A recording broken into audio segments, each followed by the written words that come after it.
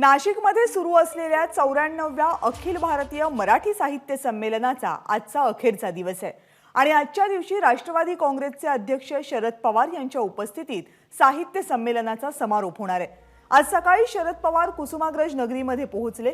स्वागताध्यक्ष छगन भुजबळ यांच्यासोबत शरद पवार यांनी साहित्य संमेलनाच्या विविध स्टॉल्स आणि उपक्रमांना भेटीही दिल्या।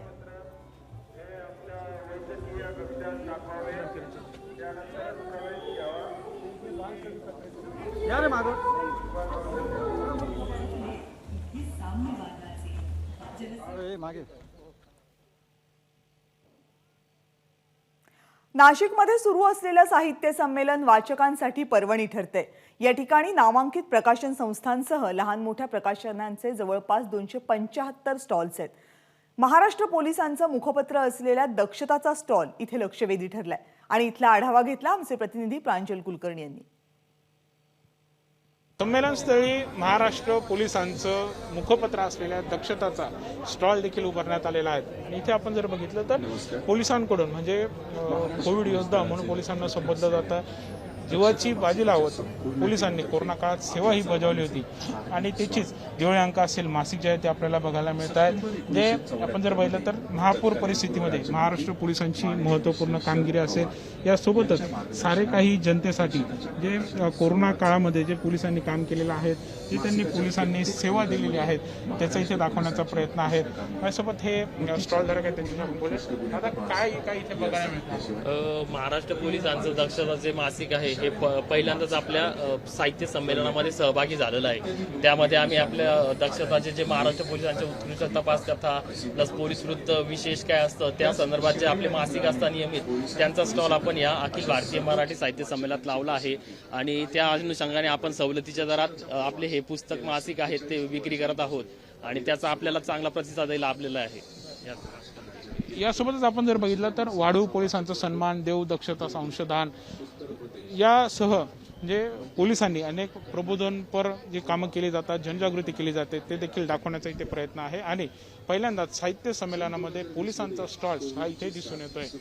कॅमेरामॅन किरण कटरेसह प्रांजल कुलकर्णी, एबीपी माझा, नाशिक। मी मराठी माझी स्वाक्षरी मराठी। खरं तर नाशिकमध्ये होत असलेल्या संमेलनामध्ये हा अनोखा स्टॉल बघायला मिळतोय। साहित्य संमेलनातून मराठीचा जागर हा केला जातोय। आपली मराठीची जगभरात कशी ओळख होईल यासाठी प्रयत्नही केले जात आहेत। यासोबतच तुमची स्वाक्षरी देखील मराठीत असावी हे सांगण्याचा प्रयत्न हा बुलढाण्याचे एक शिक्षक करतायत। गोपाळ वाकोडे म्हणून हे शिक्षक आहेत आणि येणाऱ्या नागरिकांकडून त्यांना त्यांची नावं जाणून घेतात आणि त्यानुसार त्यांची सही मराठीत कशी असेल याचं प्रशिक्षण ते त्यांना देत आहेत। वाकोडे सर आहेत त्यांच्याशी आपण बोलूया। सर, काय नक्की आपला प्रयत्न? सर, आज आपण 100 सह्या जर घेतल्या तर 100 सह्यामध्ये 2, 4, 5, 6, 7, 8 फक्त सह्या मराठीमध्ये असतात। आपण राहतो मराठी, आपण राहतो महाराष्ट्रामध्ये, मग आपण मराठी सही फार करावी म्हणून 2005च्या अखिल भारतीय मराठी साहित्य संमेलन नाशिकला होतं। केशव यशराम सर अध्यक्ष होते। त्यावेळेस मी सुरुवात केलेला हा माझा उपक्रम आहे मराठी भाषेच्या प्रचारासाठी आणि प्रसारासाठी। म्हणून सर मी लाखो किलोमीटर या 16 वर्षात लाखो किलोमीटर फिरून जवळपास 5 लाख लोकांना मी सह्या शिकवलेल्या आहेत मराठीमध्ये। तर आता समजा माझं नाव प्रांजल कुलकर्णी आहे, माझी मराठीत सही करायची आहे कशी होईल ते आम्हाला एकदा सांगायला हवं।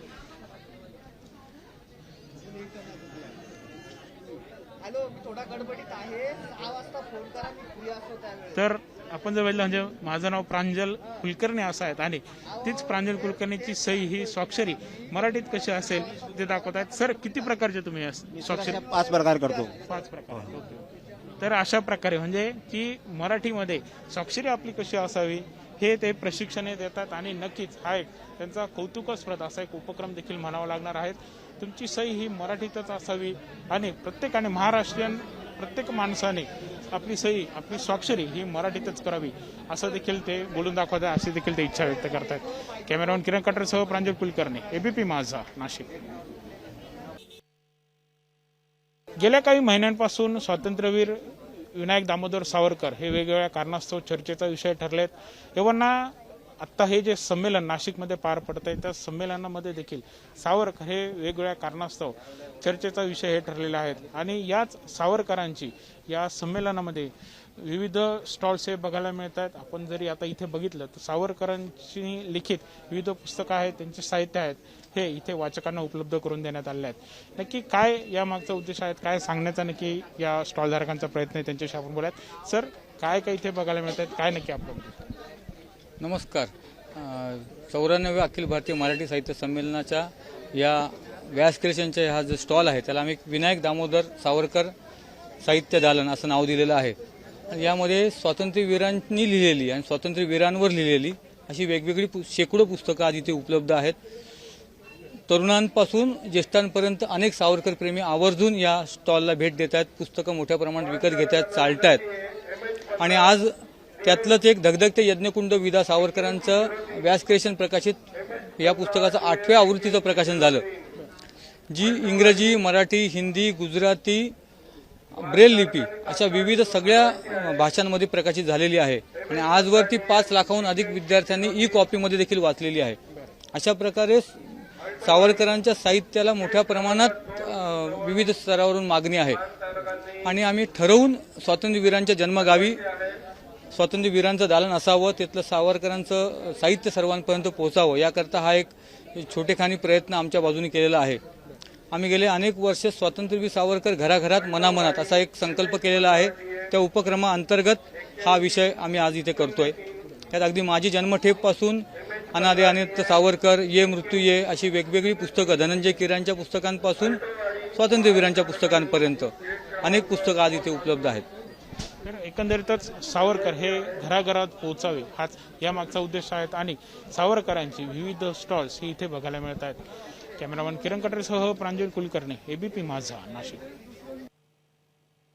नाशिकमध्ये साहित्यिकांचा मेळावा भरलाय आणि इथे खरं तर विविध स्टॉल्स आहेत, मात्र यासोबतच ग्रंथालय प्रकाशनची सर्व पुस्तकं ही इथे उपलब्ध आहेत, ज्याला वाचक हे अधिक पसंती देताना देखील बघायला मिळतात.